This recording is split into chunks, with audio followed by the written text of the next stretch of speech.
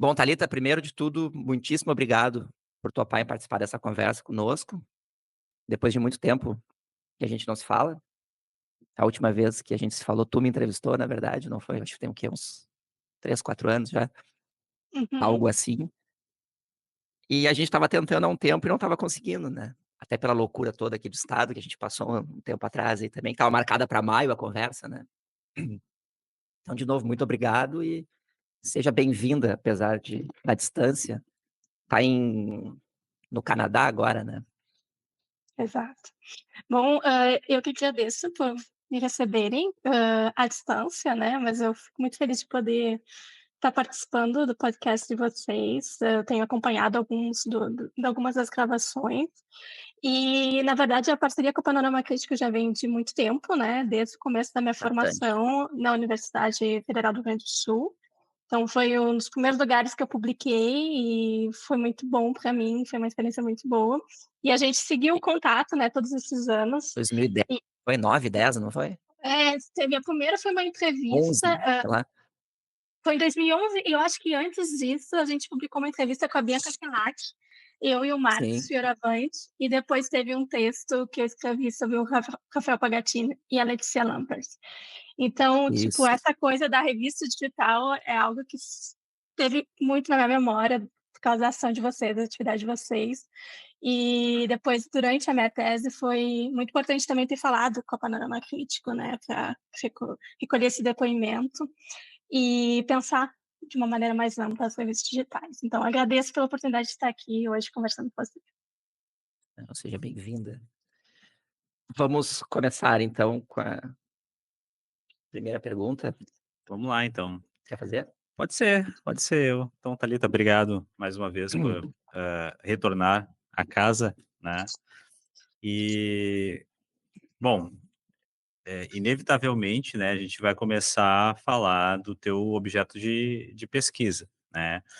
Então, tu fizeste um mapeamento inicial das revistas de arte brasileiras, pelo que eu entendi, né? Revistas, obviamente, digitais. Então, como é que tu chega a fechar esse foco de estudos em 5 revistas específicas, assim, quais foram teus critérios para cercar esses 5 objetos de estudo, que tu pode citar eles, enfim, eu não vou deixar para tu citar, tenho eles aqui, mas acho legal tu falar, de repente, como tu chega até eles. Só antes de tu falar, só para explicar, né? Tu terminou o doutorado agora no Departamento de História da Arte e de Estudos Cinematográficos da Universidade de Montreal, isso? E o Exato, projeto com o título de Redes Sensíveis, isso em exato, francês, a gente traduziu, né? Redes Sensíveis, um estudo das revistas de arte digitais do Brasil. É isso? Só para exatamente. situar. Aí passamos a bola de É. novo. E como tu Obrigada pela chega até essas revistas? obrigada pela contextualização, né. Bom, na verdade é um longo trajeto, né, eu vou começar um pouco antes pra mei pra desculpa, eu vou cortar, se vocês puderem cortar. A Eu gente começo a edita depois. eu começo a misturar as línguas dentro da minha cabeça. Desculpa, tá. Então vocês Mas vai, qualquer coisa, a tá, gente. eu começo de novo. Bom, primeiramente, obrigada pela contextualização. Eu acho que, na verdade, essa escolha de 5 revistas, né, eu tenho que retomar ainda um tempo atrás, né, antes mesmo do desenvolvimento da pesquisa, porque, na verdade, esse tema, né, o tema das revistas de arte digitais, é algo que começa com a minha experiência na Arte Contexto, né, que é a revista que eu vou criar junto com a Paula Fábrios e o Márcio Andrade em Porto Alegre, né, a ideia começa em 2012, final de 2012, e o início vai ser em 2013, né. Então isso vai pegar o pedaço do meu mestrado, né, e isso vai acompanhar todos esses anos até eu começar o doutorado, que é em 2017, né, que eu começo o doutorado.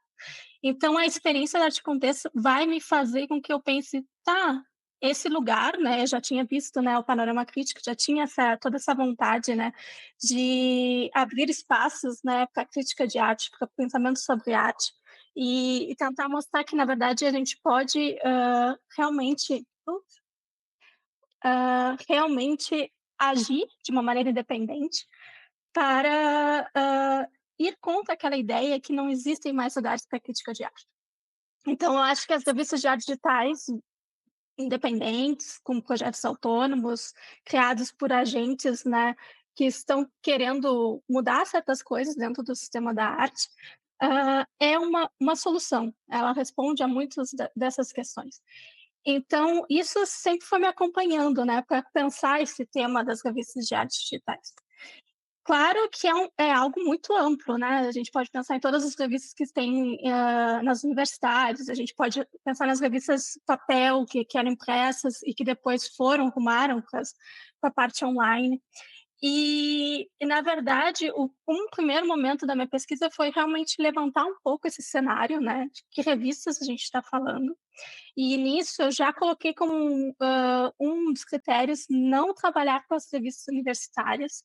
Então, Sim. desse levantamento que eu realizei, em torno de 53 revistas, eu não incluí revistas universitárias, porque o meu objetivo, eu já pensava que essas revistas, bom, elas já estão inseridas, né? Elas já estão dando um contexto onde as pessoas estão pensando elas, existem fóruns de editores de revistas universitárias. Então, meu interesse era realmente pensar essas iniciativas mais independentes, mais à É, parte da universidade. a proposta da revista universitária é diferente, inclusive, né, é escoar a própria produção interna, digamos assim, né, questão da CAPES, CNPq, né, é Exatamente, são outro viés, propostas. né. Co Concordo plenamente, são propostas diferentes, também tipos de textos que têm um objetivo diferente, né, a Sim. gente vai ver mais artigos, né. Existe uma estrutura já muito bem determinada de processo editorial, e quando tu vai entrar nesses outro panorama de revistas, a gente vai ver que cada grupo, né, vai estabelecer o seu próprio processo editorial. E isso é muito Uhum. interessante, né, porque vai dar uma cara, né, as pessoas que formam vão dar uma cara a essas revistas. Isso vai mudar também a própria ideia da imagem da revista, a parte de design, a parte de logo, a parte de tipos de textos que vão ser aceitos, então é muito amplo, né. Eu achei que era mais rico, né, focar uma pesquisa nesse tipo de revista. Claro que no Uhum. momento que eu estava preparando esse levantamento, eu tinha que dar um limite, né. Bom, eu tenho interesse em também estudar em crítica de arte, eu não posso estudar todas as críticas de arte de todas as revistas, né, obviamente. Então quando eu fui fazer a minha qualificação, eu disse: "Bom, aqui é meu limite, a minha data limite para verificar críticas de arte, e eu não posso pegar todas, então eu vou pegar as revistas que estão com material acessível nesse momento", que era o ano de 2019. Eu queria revistas que tivessem, esse acesso gratuito, então no momento que eu estava pesquisando, eu queria que todos os textos estivessem acessíveis de maneira gratuita. Além disso, para mim era importante que essas revistas tivessem um enfoque em arte atual, então uma produção mais recente da arte, e eu pudesse encontrar críticas de arte, né, porque meu interesse é muito ver essa relação também dessas revistas com, uma reflexão da arte que está sendo feita agora. Então, artistas que estão trabalhando agora e eventos que estão acontecendo. Então, para mim, no final, os textos que eu selecionei foram a crítica de arte. Então, a partir dessa seleção, eu acabei caindo em 5 revistas, e inevitavelmente entrou arte e contexto, porque eu não podia Uhum. simplesmente cortar a revista que tinha trabalhado. Excluía.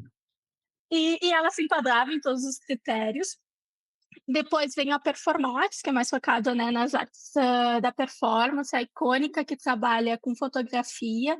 A revista Desvio, que é uma revista que tem um perfil parecido com a Panorama Crítico, que nasce Uhum. de estudantes dentro da universidade, mas que vai muito além disso, mas que ela tinha um espaço para a crítica de arte. Então ela fazia uma coluna, assim, tipo, toda semana as pessoas podiam publicar críticas de arte lá, e eles faziam, tipo, chamadas para críticos de arte assumirem essas colunas, né. E foi o que eu achei muito interessante, porque então teve muito texto publicado em crítica. Além disso, O Fermento, que é uma revista que foi focada, que continua o trabalho também, mas que é focada em fazer críticas de exposição, então elas trabalham somente com exposições de arte em Rio e também algumas em São Paulo. Então, cada uma dessas revistas, 5 ao total, elas têm um enfoque diferente, né, elas trabalham com um enfoque diferente, e isso me permitia, então, pensar a crítica de arte de maneiras diferentes também, e eu tinha acesso a todo esse conteúdo em 2019. Não quer dizer que isso continua sendo o fato Sim. hoje em dia, atualmente. Então, para resumir a ópera, eu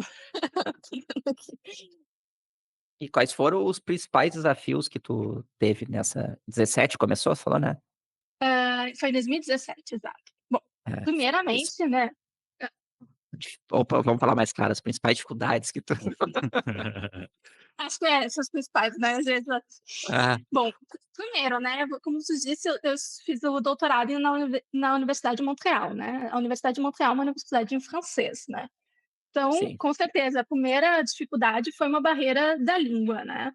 Tipo, eu tinha esse interesse de uma imersão cultural, né, de aprender o francês, então eu tive todo um processo de preparação para chegar ao momento onde eu seria capaz de escrever uma tese em francês. Então isso já é um desafio à parte, que não necessariamente tem uma relação direta com o tema, mas a gente pensar em toda a história da sistema da arte no Brasil, a gente vê que tem muita associação, né, sim, com referências francesas. Bom, isso foi um processo. O outro processo é que o meu tema, né, tipo, eu tenho esse grande tema, né, das revistas de arte digitais, trabalhei com as críticas de arte, mas a metodologia que eu utilizei é uma metodologia também digital. Então, eu, tive todo um processo de aprendizado, que foi muito importante eu estar na Université de Montréal, pra realizar essa pesquisa, porque eles têm, um laboratório focado nisso, que é um laboratório que foca na história da arte realizada a partir de métodos digitais. Então, tu vai utilizar ferramentas, linguagem de programação, visualização, para pensar temas da história da arte, que não é necessariamente uma coisa muito comum, né, dentro dos departamentos de história da arte ou de artes, né, no Brasil. E então isso foi uma grande vantagem para mim, ter um orientador que também está pensando nisso. E com isso eu tive todo um processo de aprendizado desses métodos, né, tipo, eu na verdade todo o corpus de crítica de arte, eu passei como 1 ano e meio trabalhando em cima dele para traduzir numa linguagem como se fosse um HTML, mas não um HTML, é uma outra maneira de balizar o texto, né, que permite então que o computador entenda, os significados dessas palavras, dessas críticas de arte. Por exemplo, né, tipo, só para citar um exemplo, eu codifiquei em todos esses textos de crítica de arte, que são ao todo 300, né, das 5 revistas levantadas, todos os nomes de artistas. Então, tu pode identificar todos os nomes de artistas que foram mencionados por essas críticas. O que é muito interessante, porque é realmente um termômetro do que tem sido feito, que tem sido pensado, sobre uma produção recente, no Brasil. Então, isso me permitiu ver a crítica de arte, ver os textos de crítica de arte de uma maneira diferente, que é um lugar onde se cria relações, né? A crítica de arte, o autor ou a autora cria relações. Então, quando tu escolhe uma exposição, quando tu escolhe um artista para ser comentado, tu vai começar a elencar diferentes atores, diferentes atoras desse sistema da arte para criar o teu texto. Então, nisso, tu vai vendo esse texto como imprimindo esses nomes dentro da crítica de arte, né? Por exemplo, quando tu vai falar de um artista X, se talvez daqui a uns anos a gente não tivesse aquele artista, aquele texto que falasse desse artista X, como é que a gente ia saber se aquela pessoa realmente foi um artista? Né? O aham, texto da crítica realmente imprime isso, imprime essa propriedade a ação de uma pessoa, né, por exemplo.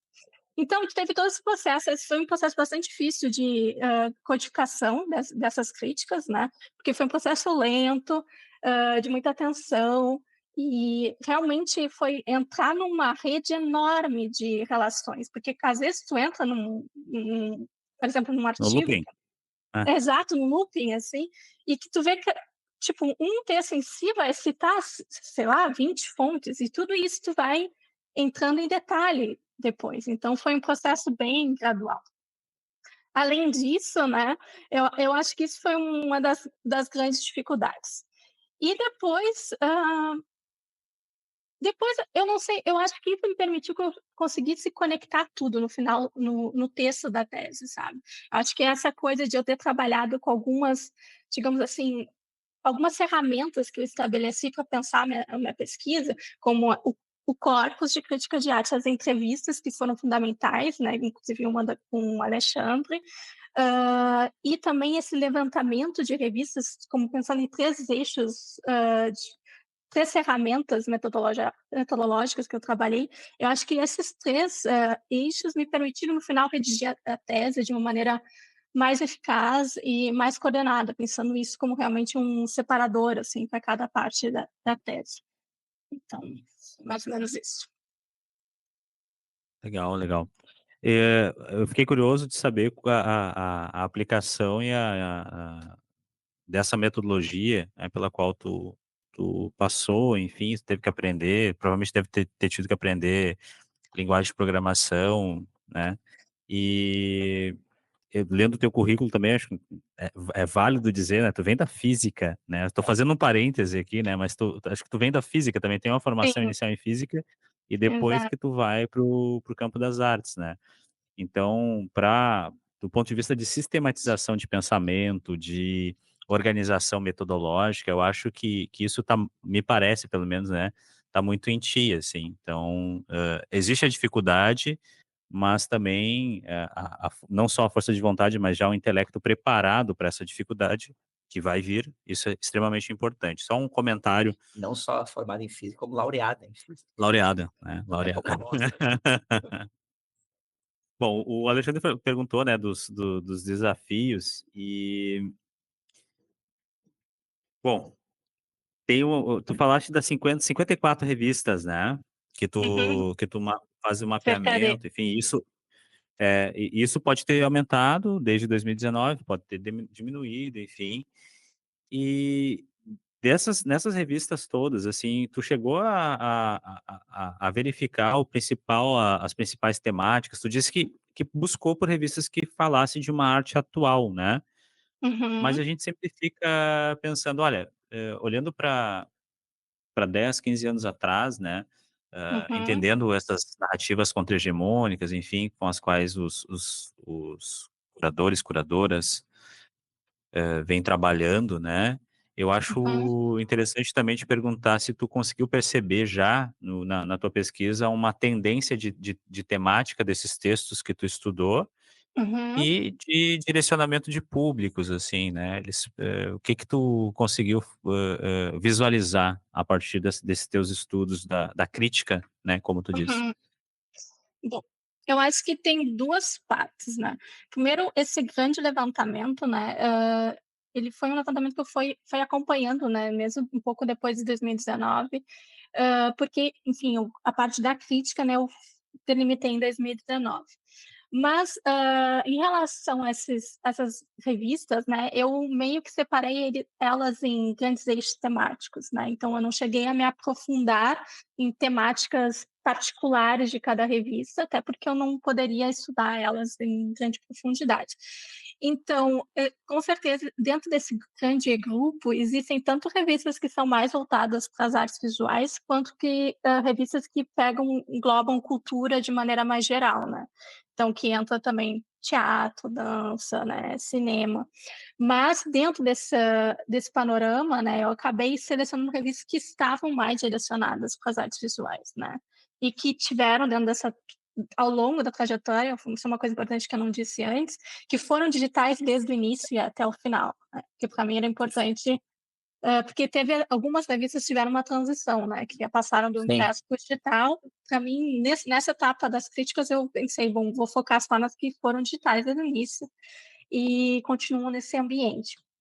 Então, para os grandes eixos temáticos, eu trabalhei muito a partir dos textos de apresentação de cada revista. Então, indo lá no site, né, se não era disponível, né, eu ia, por exemplo, na plataforma que talvez vocês devem conhecer, que é a Internet Archive, que a gente pode Uhum. consultar páginas que nem existem mais. Então, eu procurava o texto de apresentação para dar uma ideia do eixo temático geral, né. Então isso tanto pega a literatura, como performance de uma maneira mais ampla, né, sistema artístico, vários temas gerais mesmo.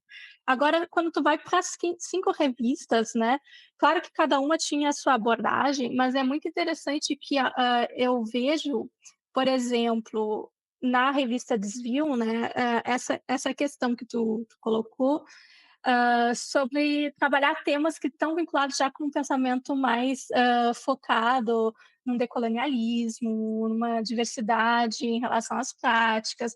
Então isso está presente dentro dos textos, é possível de ver isso. E Uhum. além do mais, a sessão de crítica, deles, né, não era uma sessão somente de crítica de arte, mas às vezes de crítica do sistema da arte e crítica política também.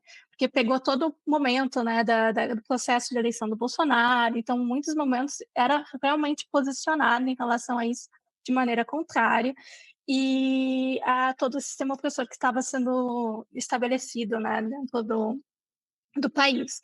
Então, eu considero que a revista Desvio ela tem um enfoque mais diverso nos seus textos, e a Performatos também, porque trabalha muito com a linguagem do corpo, então a gente vai ver isso nas práticas dos artistas que eles comentam, questões de gênero, então também questões relacionadas ao contexto político do Brasil.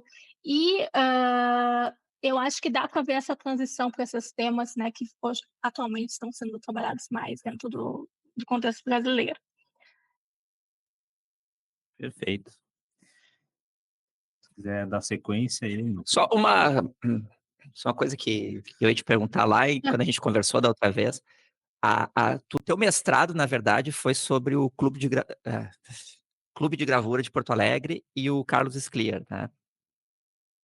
Como é que essa pesquisa te levou, se é que levou, para mudar de foco, assim, e ir para um doutorado que está falando sobre redes sensíveis e o estudo das revistas de artes digitais no Brasil? Tem alguma conexão, uma É, conexão íntima tua, particular, pessoal, ou alguma coisa que... Como é que foi? Que uhum, aprendizado que tu leva dessa, ou que tu traz contigo, né? uhum. Dessa mudança de foco, digamos assim, se é que houve essa mudança de foco, né? E como é que tu enxerga teu mestrado na continuidade? Se é que há, ou se não foi uma ruptura daqui a pouco também, tipo...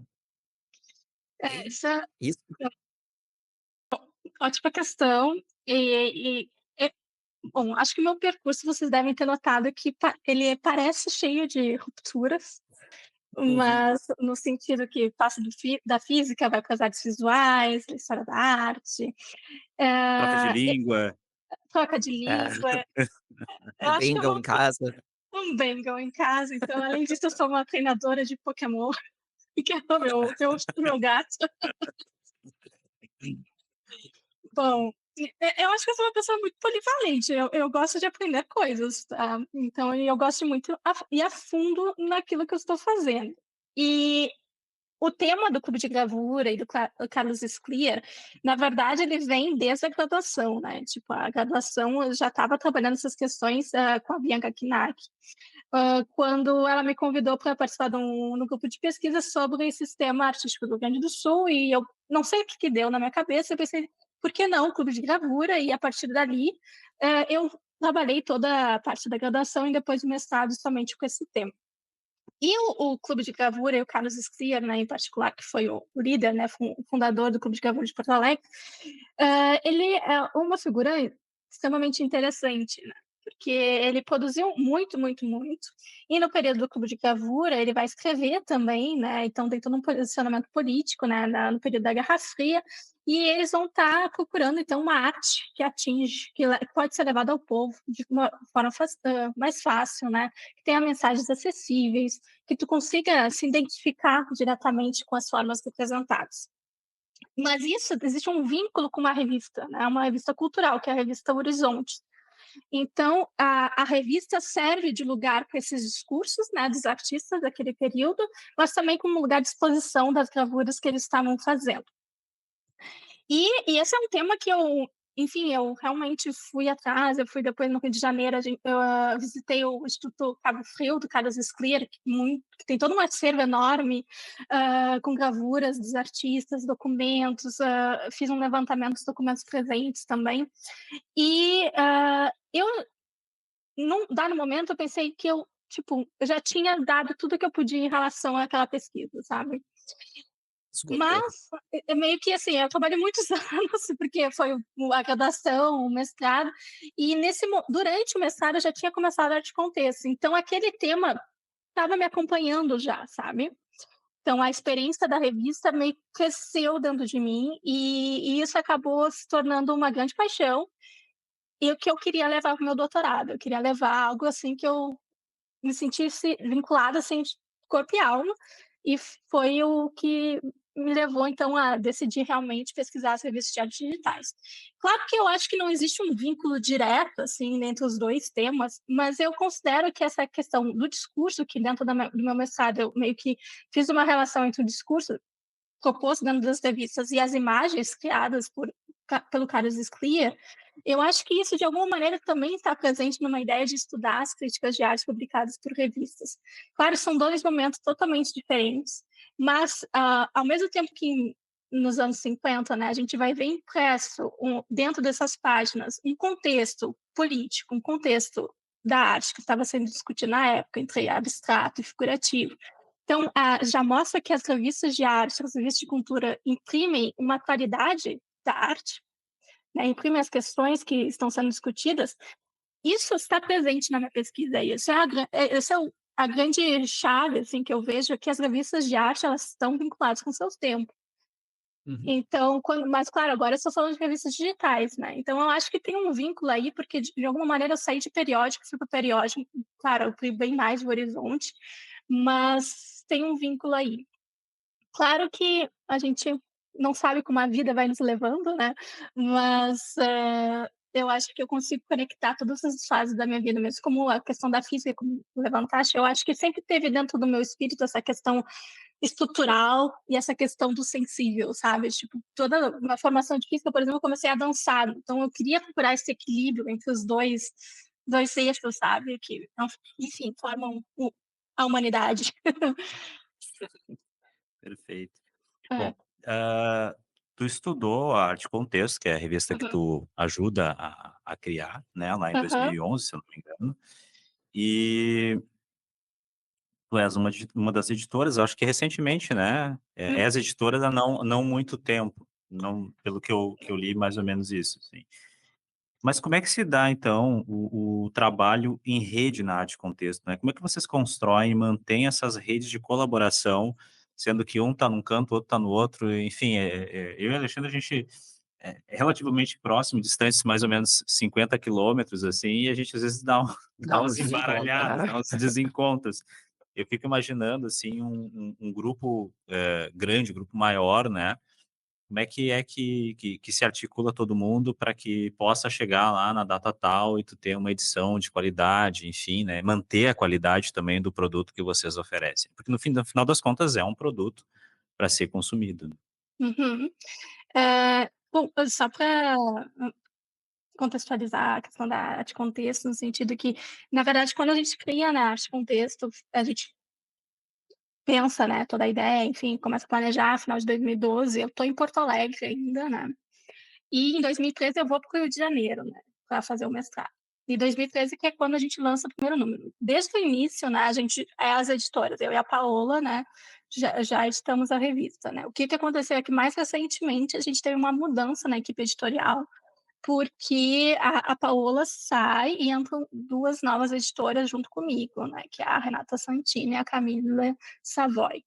E, então nós 3 começamos a trabalhar juntas na editoria.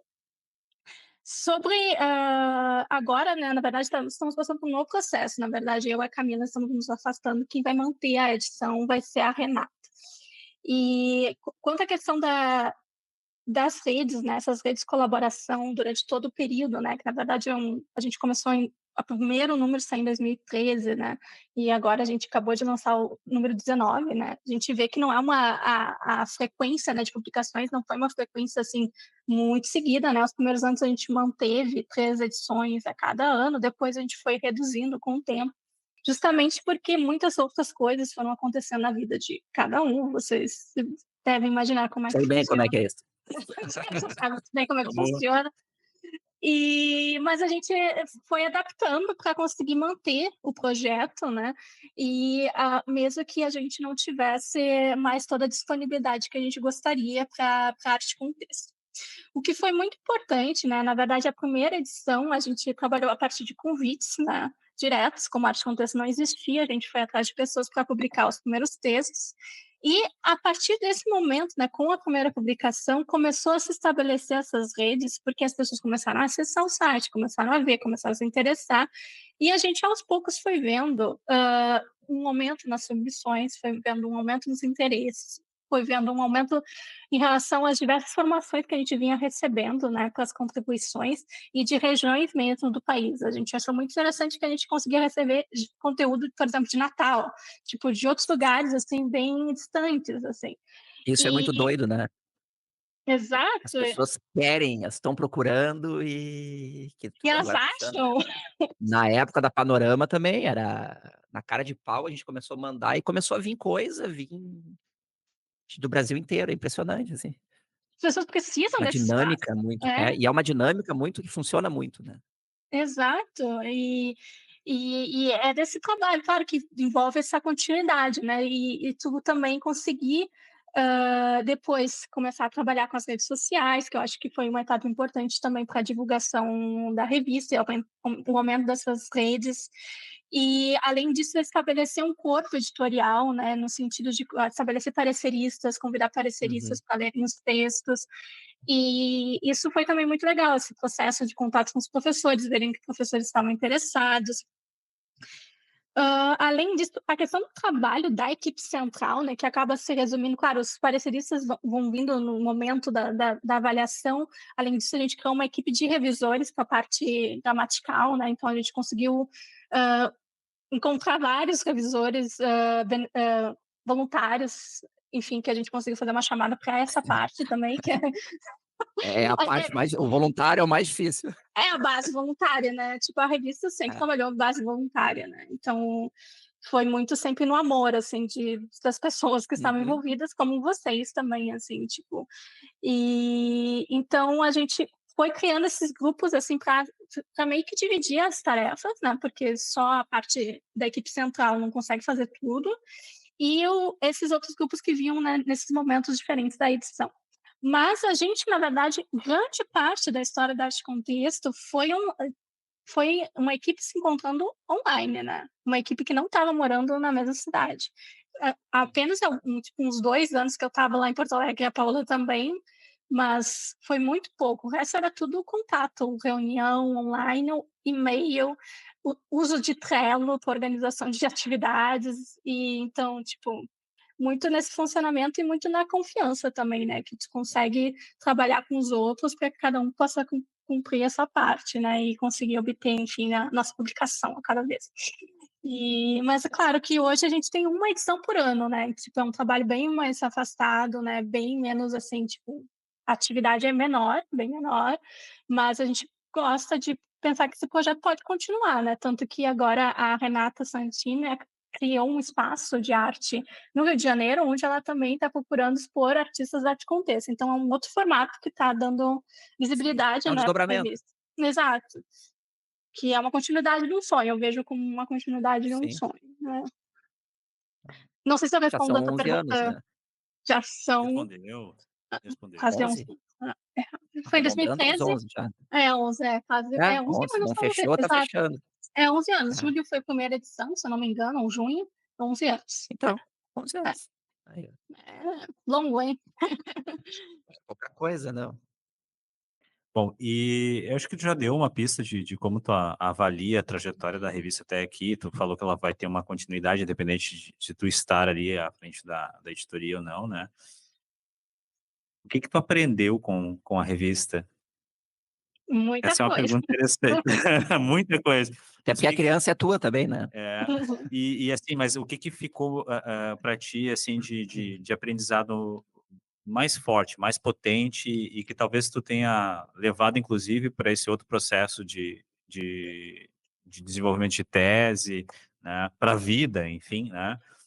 Claro que a gente vai falar de redes, né, a gente tu imagina, assim, entre 2 nós aqui trabalhando, de vez em quando a gente se desencontra, inclusive, no que a gente vai escolher, sei lá, de temática, então tu imagina um grupo maior, né. Então queria que falasse um pouquinho desses aprendizados aí que a revista te proporcionou. Uhum, obrigada pela pergunta. Eu acho que primeiro a revista me proporcionou um aprendizado de como a gente edita uma revista, porque a gente não tem formação nisso, eu não tinha formação nisso, né, tipo, a gente teve uma ideia: "Vamos fazer uma revista", né. É muito, acho que inspirado um pouco da Panorama também, tipo: "Vamos fazer uma revista". como E fazer uma agora? revista? E aí agora, né? Exato. E agora? O que que isso significa, né? Então, acho que foi primeiro a gente foi criando processos para editar essa revista e esses processos foram se modificando com o tempo, né? A gente foi se especializando, tipo, no início, as páginas, só para citar um exemplo, as páginas eram todas em HTML puro, que era o Marcos Andrade, que trabalha até hoje, né, com toda essa parte do site. Então, a gente editava lá no HTML, se tinha algum probleminha, um errinho, alguma coisa, a gente ia lá. Irmão, Então, que mão. Até que hoje a gente tá tem bom. a plataforma WordPress lá, tudo bonitinho, muito mais fácil, mais amigável. Então, a gente foi se aprofundando na questão da edição, né? Eu acho que isso é um aprendizado de organização, um aprendizado de coordenação de equipe, de pensar etapas, né? De o que tem que fazer agora. E isso é uma coisa. Outra coisa é que a revista me permitiu ter um espaço para escrever, né? Porque isso era uma das coisas também, né? Do nosso objetivo era ter um lugar onde a gente podia publicar nossos textos. Então, as primeiras edições sempre tinha um texto meu ou da Paola, né? Sobre um artista que a gente queria falar. Então, isso para mim foi uma experiência muito boa, porque a escrita é uma coisa que a gente aprende, né? Tipo, a gente não Sim. se torna Não. uma boa escritora, um bom escritor se a gente não escreve.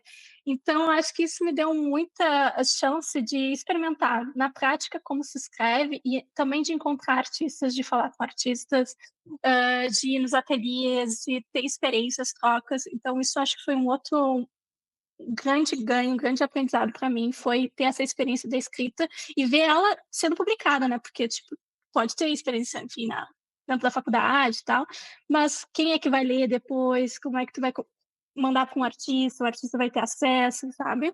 Então, isso para mim também foi um aprendizado, porque foi algo que eu levei depois. Por exemplo, quando eu fui trabalhar na Aura, eu continuei fazendo algumas entrevistas com artistas, e isso vem já da Arte Contexto, como experiência.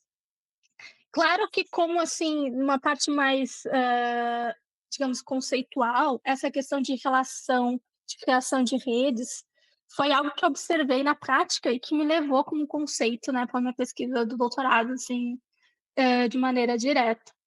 Então, eu acho que também essa questão de, enfim, né, trabalhar em equipe, ver que um projeto pode ter vida além de ti mesma, tu não é só a única peça necessária, então tem várias pessoas que não estão atuando e que a escolha sempre vai ser maior, né, do que aquilo que tu imagina. Então, acho que são várias coisas que eu tive aprendizado e ganhei muito com a edição da Arte Contexto. Aí, com essa bagagem, esse teu aprendizado, É. assim, falando de Brasil, no caso, né? Aham. Como é que tu vê o futuro desse tipo de Uhum. publicação online? Uhum. Nesse tempo de capitalismo, excesso de informação, 24 horas, 7 dias da semana, Uhum. como é que elas podem se destacar ainda nessa Uhum. enxurrada de coisas? É a mesma pergunta que eu me faço, inclusive, Aham. diariamente, mas Sim. Sem a gente ter que sair dançando na frente do TikTok, sem né. fazer É. dancinhas, fazer vozinha, sabe, É. aquelas coisinhas. Não precisa Como fazer é que tu tudo, vê? né. Bom, Como é que tu é, enxerga? eu Como acho é que que tu enxerga existem ali pra frente? duas coisas, assim. Uma, que eu enxerguei, assim, de maneira, de resultados mesmo da minha tese. A partir desse levantamento que eu realizei de 53 revistas, né, e que eu fui verificando se elas estavam ainda online ou não, até 2023, ah, eu percebi que teve uma leve queda do número de revistas ativas por ano, né, a partir de 2020. Porque eu fui vendo quantas revistas ativas tinha em cada ano e teve a partir de 2020 começou a cair. Claro, eu vejo isso muito em relação ao contexto da pandemia, assim, Também, que sim. talvez teve um desengajamento, né, em relação a esse tipo de projeto a partir de 2020, mas claro, né, a gente está em 2024, né, não quer dizer que isso não vai mudar, né, que vai ser retomado, que vai ter novos projetos, eu não acho isso definitivo, né. Claro que teve alguma mudança. Eu acho que uma das coisas fundamentais, de pensar revistas de arte online, né, isso não quer dizer que essa revista de arte vai ter grandes públicos, imensos públicos, como vários Uhum. conteúdos tipo do TikTok, eu acho que não é esse o objetivo, sabe. Eu acho que um dos objetivos, se a gente pensar a internet como um espaço totalmente conectado, onde a gente tem todos os tipos de conteúdo, todos os tipos de informação, que nem vocês disseram, muita, muita informação. Quando a gente for falar de arte e quando a gente for procurar sobre um tema de arte, eu acho que é fundamental a gente encontrar esse tipo de conteúdo, o tipo de Uhum. conteúdo publicado por essas revistas de arte digital. Porque elas são um espaço onde tu vai ter um olhar que é mais especializado sobre esses temas, que vai trazer uma reflexão mais aprofundada. Por exemplo, em contextos onde a gente viu muitas discussões sobre censura, no país, questão de repressão de certas obras de arte, Sim, se a gente não pudesse encontrar certas críticas, certos comentários vindos de pessoas que trabalham com arte, que documentaram isso, que têm uma outra voz para colocar, ficaria um discurso muito, enfim, no mesmo nível, né? A gente não ia além disso. E eu acho que é importante para nós que trabalhamos com arte que a gente tenha esses espaços, porque é ali que a gente vai estar realmente trazendo a nossa voz sobre temas muito importantes, né? Que também tocam nível social, nível político do Brasil. Então, eu acho que, às vezes, claro, não vai ser uma revista que vai ter um grande impacto no sentido de que vai ter milhões de visualizações, mas sim, é importante que a gente possa encontrar esses temas trazidos por nós, sabe? Eu acho Sim. que isso já é uma razão suficiente para que a gente continue esse tipo de trabalho. Perfeito. E eu queria acrescentar um olhar, bem particular, assim, né, eu entendo esses espaços como os espaços de liberdade, né, o que que eu quero dizer com isso? Uhum, Tu não tá depois a gente vai entrar num outro assunto mais espinhento aqui em seguida, que são questões de financiamento, enfim. uhum, Mas quando a gente faz esse trabalho, que é um trabalho voluntário, entre aspas, a gente vai ganhando, em certo sentido, a gente acaba ganhando, né, a gente vai conhecendo uhum, pessoas, construindo uma rede de relações, é enfim. que hoje tá falando antes, a receptividade é enorme, assim, de E quando a gente convida alguém para escrever, ou a gente recebe os textos, a pessoa tem, claro, não é qualquer texto, obviamente, né? Passa por todo um crivo, uma análise, enfim, né? Mas ali é um espaço de exercício da liberdade criativa, né? Eu lembro, acho que tu compartilha comigo desse desejo de crítica, né? Eu lembro de uma fala do Frederico Moraes, onde que ele se posicionava como um criador também, né? O uhum. crítico de arte, às vezes, a gente está muito, eu digo a gente porque também é a minha formação, enfim, a gente é muito rotulado quase como comentaristas ou como artista frustrado, que é um pouco pior, né? A gente não é artista frustrado porque a gente não faz arte. Se a gente fizesse arte, poderíamos ser artistas frustrados, enfim. Mas o Frederico fala muito provavelmente. disso, né? E não faz para Provavelmente. não ser frustrado, inclusive. Exato. Temos uma escolha. A Mas Gilma é mais fácil julgar o trabalho dos outros. Não, mas brincadeiras à parte, o Frederico diz muito isso, assim, né? Dizia, pelo menos, né? Algumas falas dele, que o trabalho do crítico também é um trabalho de criação, né? Ele não há ali a obra de arte, mas é quase que uma espécie de continuidade por um outro meio, né? É a obra de arte sendo continuada dentro de uma linguagem diferente, enfim, mas que abre espaço também para o posicionamento crítico de quem lê. Isso eu acho muito importante. Então, a gente convida as pessoas a participarem, né, desse jogo que é a arte, sobretudo a arte Uhum, contemporânea, né? Então, só fazer um parênteses também, antes de entrar no assunto dos 500, e falar de liberdade. São espaços de liberdade, né? uhum. Ainda mais no contexto no qual a gente vive hoje em dia, né? Bom, e aí vamos para o assunto Dito espinhento. isso, Então, tu falou concordo plenamente. de alguns desafios em relação enfrentados pelas revistas de arte digital no Brasil, enfim. Aliás, revistas de arte digitais, né? Só para não uhum. Uhum, confundir as duas coisas, né? Arte digital e revistas de arte digitais. Um deles, no meu ponto de vista, acho que vocês de repente compartilham comigo também, né? A dificuldade de levantar grana, de ter financiamento, enfim, né? E de formar um público. Isso eu acho que isso tu já falou um pouco, né? Uma coisa, outra coisa, outra coisa. Tu já disse, né? O que se presta o TikTok não tem nada a ver com o que se presta uma revista, claro, com Uhum. certeza. Mas em relação ao financiamento, Thalita, assim, não sei se vocês chegaram a pleitear, conseguiram alguma coisa, enfim, É um trabalho bem árduo nesse sentido, né? Sim, com certeza. Na verdade, esse é um dos tópicos, né, que eu levanto dentro de um capítulo que é realmente discutir essa questão das vantagens e desvantagens do digital, né, em relação a essas publicações. E a desvantagem que sai, assim, dentro das entrevistas, né, é a desvantagem de não ter financiamento, né? Essa é a maior desvantagem de tu decidir ter uma revista digital, é a falta de recursos financeiros. E que vai ser o limitador dessa liberdade, né? Que eu acho que tu procura a criação de uma revista digital porque tu tá procurando essa liberdade, né, é um espaço autoral, onde tu tá colocando as teus ideais, o teu formato, o teu jeito, né, e que tu não tá sendo, de alguma maneira influenciado por outros elementos, né, sei lá, seguir algumas exposições que estão sendo colocadas na cidade, tu pode escolher teus temas.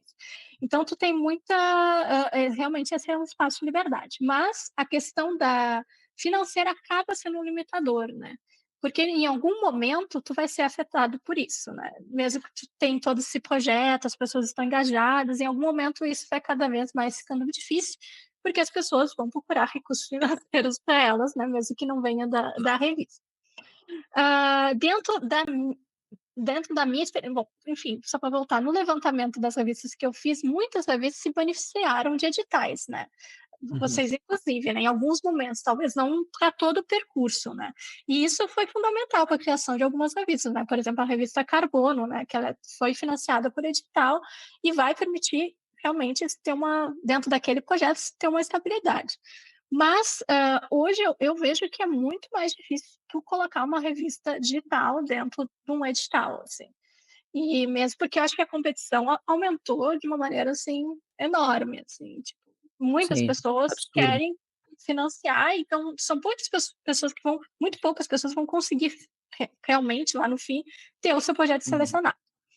A gente tentou em alguns momentos editais, mas a gente não conseguiu nenhum edital grande que realmente pudesse nos financiar, de alguma maneira mais estável. Um projeto que outro a gente conseguiu, a gente até criou uma seção da revista que era tipo doe um café, com algumas Uhum. doações, né, e que em alguns momentos a gente recebia realmente, um dinheiro que nos ajudava, tipo, a financiar publicações a impulsionar publicações no Facebook, ou, por exemplo, algum custo que a gente tinha com o site, mas nunca realmente para pagar a equipe, né, isso nunca aconteceu. Algum outro projeto a gente teve alguma verba para fazer alguma parte de exposição e tal, mas eu acho que esse é a grande dificuldade desse tipo de projeto, e é um limitador. Um dos pesquisadores, que eu até vou pegar o nome certinho aqui, para não falar besteira, hã, se eu conseguir. Que é o editor Sérgio Con, que ele fez um levantamento de várias revistas, em torno de 100 revistas culturais no Brasil, em vários momentos da história, e ele vai ter uma parte que ele vai nesse levantamento que foi publicado no livro, ele vai falar sobre as revistas digitais.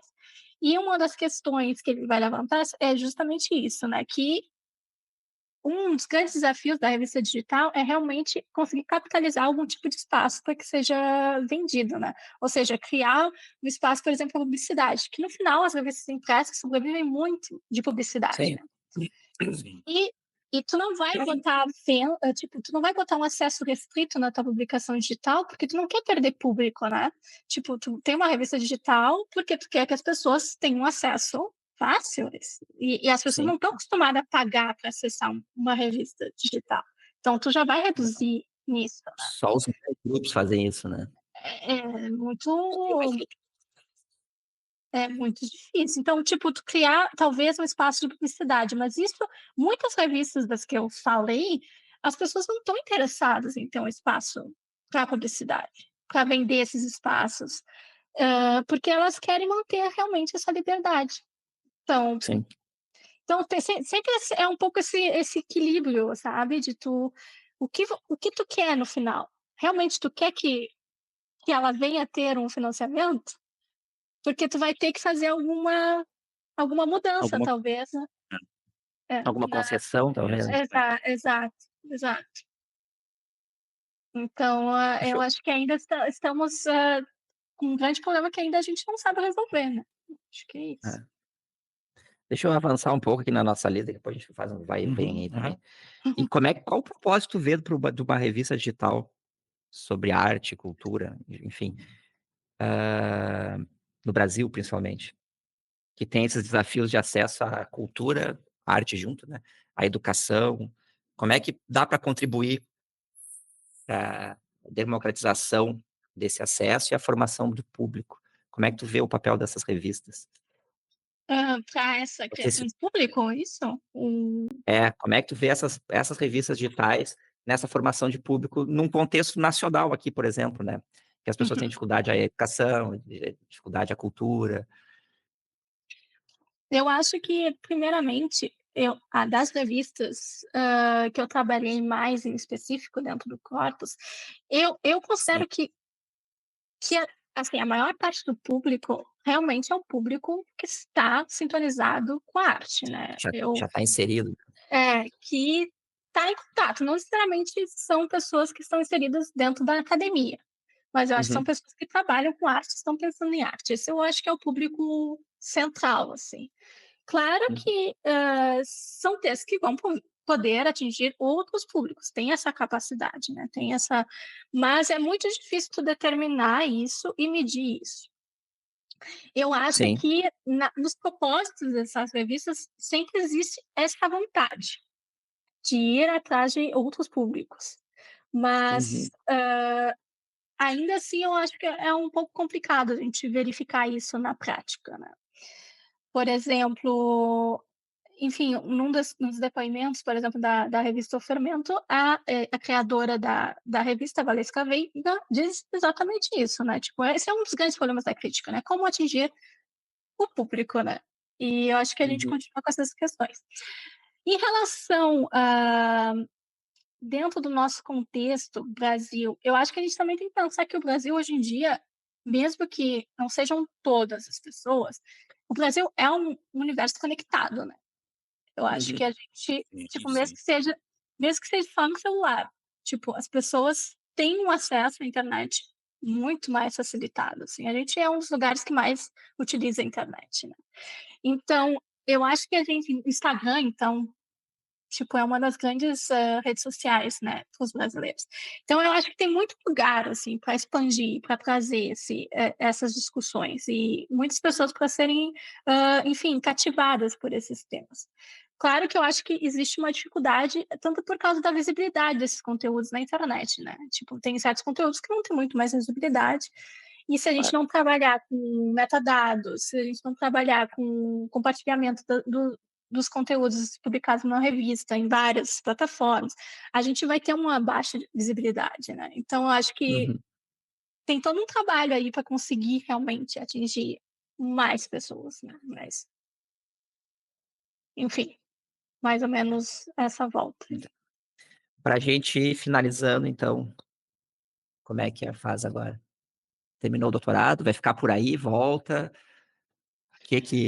O que que te espera ou o que que a gente espera da Thalita? Então, mestrado em Ou tu não quer nem física. saber agora? Agora ela vai para mestrado em física, agora numa outra língua, né, Isso. quem sabe alemão, né, por que não? Por que não, né, é uma coisa bem difícil. Bom, eu acho que essa é a grande pergunta, né, eu acho que todas as pessoas que Acho que nem falam esse é o sobre momento de fazer essa pergunta. já faz A gente Uma menos semana aqui. de nem 10 deixou ela dias. curtir ainda. Bom, é, enfim, eh, faz muito tempo, vocês devem imaginar, faz 7 anos que eu trabalho por nessa tese, né, então, foi um longo, longo, longo trajeto e eu estava muito ansiosa pelo seu fim. Mesmo porque, na verdade, eu vim para ficar, né, eu vim para ficar no Quebec, né. Uhum, Então, isso envolve todo um processo de imigração, então quando eu termino o doutorado, eu tenho acesso a poder começar realmente meu processo de imigração aqui, então isso vai me uhum, abrir portas nesse sentido. O que eu quero agora, porque atualmente eu trabalho numa Maison de la Culture, que é um termo daqui, que é uma instituição cultural pública, né, e eu tenho, enfim, trabalho na parte administrativa, na parte de exposições, etcétera. Então meu objetivo é continuar trabalhando com instituições de arte, né. Além disso, eu gostaria muito de aumentar, né, a divulgação da minha pesquisa, que eu acho que trabalhar, enfim, em comunicações, divulgação em texto, etc. Porque eu acho que foi um longo trabalho que ele precisa, Uhum. enfim, circular, né, para não Ele ficar vai só na circular. tese. Exatamente. Então esse é o meus 2 objetivos em relação à minha carreira, né.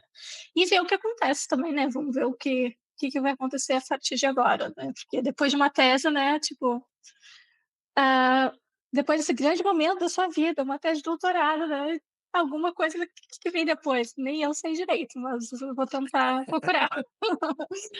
E é isso, mas tem muitas respostas definitivas, por isso pelo momento. Acho que tá bom, acho que é isso Tá então. perfeito, perfeito. Perfeito, acho que deu já 1 hora aí de conversa. É, De só no Fala. já que tu falou em continuidade, né, Aham. em fazer circular, conta com a gente, né, conta com a gente, assim que tiver traduzido também, né, Esse pequeno a gente detalhe, né. poder a gente poder Mas o então fazer resumo tava circular, já. né. Não, o resumo estava pelo menos o resumo em português, né. Não, mas foi muito legal, conversar contigo. O Alexandre já te conhece há muito mais tempo, né, eu te conheço de uma memória muito vaga de corredores de instituto de artes, assim, algo nesse A gente sentido. nunca se falou, acho, talvez. Não, acho que não, acho que não. É, é. Primeira vez Essa que a gente cara aí, está. bota medo. Hã? Talvez Cidade Baixa, não sei, mas assim, dizer que fiquei muito muito contente de poder, assim, saber e depois, claro, a gente vai correndo atrás das informações para poder cercar o a entrevistada, no caso, né. Então de saber que eu tenho ali, como eu sou professor também, né, na Uhum. Universidade de Novo Hamburgo, que eu tenho um material muito rico adiante, né, para poder levar pra sala de aula também, né. Ah, Porque legal. o teu material, o estudo das revistas, ele é extremamente importante para a gente entender melhor o nosso sistema da arte, né, ou os sistemas das artes, né. A gente Uhum, acabo escolhendo colocar isso no plural, porque eu uhum, acho que existem sistemas diferentes que se uhum, interconectam também em redes, né. hum. Então só te agradecer por todo esse teus 7 anos de trabalho e que, se depender da gente, ele vai ser bastante divulgado em plataformas diferentes e em formatos diferentes também, né. Por que não um livro? Viu? Aqui um arma e o outro ataca, né, mais ou Ah, menos assim. não, mas, Não, sobre a eu questão sei do que livro tá cedo até ainda. eu até Tá gostaria de cedo saber ainda, eu o que sei. que é essa sim, não agora, agora, agora, agora, agora não, né. Não, Depois conversaremos depois. depois Deixa a coi não deixa a coisa não decantar pra ti um pouco é, ainda. isso. Mas eu acho que em relação a essa questão de enfim, de turmas, de escola, enfim, de universidade, eu acho que também uma coisa interessante talvez seja também mostrar um pouco o site, eu não sei se vocês chegaram a navegar um pouco no site das redes, Sim, sim, que Sim. é um sim, sim, exercício também, né, que bem legal. pode talvez ser interessante para ver essa questão de como pensar a crítica a partir de uma outra maneira, né, que eu acho que quando a gente Uhum. cria uma visualização de um texto, é uma outra representação. Mas eu que agradeço, eu acho que a entrevista ela já é uma maneira de divulgar a pesquisa e Sim. uma grande maneira de divulgar a pesquisa, e eu acho que só fecha o ciclo, assim, né, tipo, tanto que a gente começou conversando sobre o panorama, e agora eu retorno para falar da pesquisa, eu acho que tudo está conectado, e com certeza não será o último dos projetos que a gente realiza Não, não, juntos. não, não, não, E não, não. muito obrigada. Até porque essa entrevista vem tempo sendo postergada. Vem Opa, enrolando 1 ano Mas foi enrolando. Mas foi num bom momento, eu acho que foi exatamente no momento que foi deveria ser, excelente. Talvez depois tenha sido melhor até pra estar com a coisa mais exato, depois da defesa, né, exato. é. Não, foi E excelente. mas daí É isso, vocês eu queria só editam, agradecer de novo. o que vocês quiserem da Oi? entrevista, vocês editam, enfim, o que não ficou Não, bom, não, vocês tranquilo, tranquilo. Só te agradecer de novo, Thalita, e é um isso. bom Muito dia para obrigado. vocês, bom fim de semana. Bom fim de semana Valeu, obrigado. e até mais. Até. Até Tchau, mais, tchau, até tchau, mais. Pedro. Tchau. Tchau.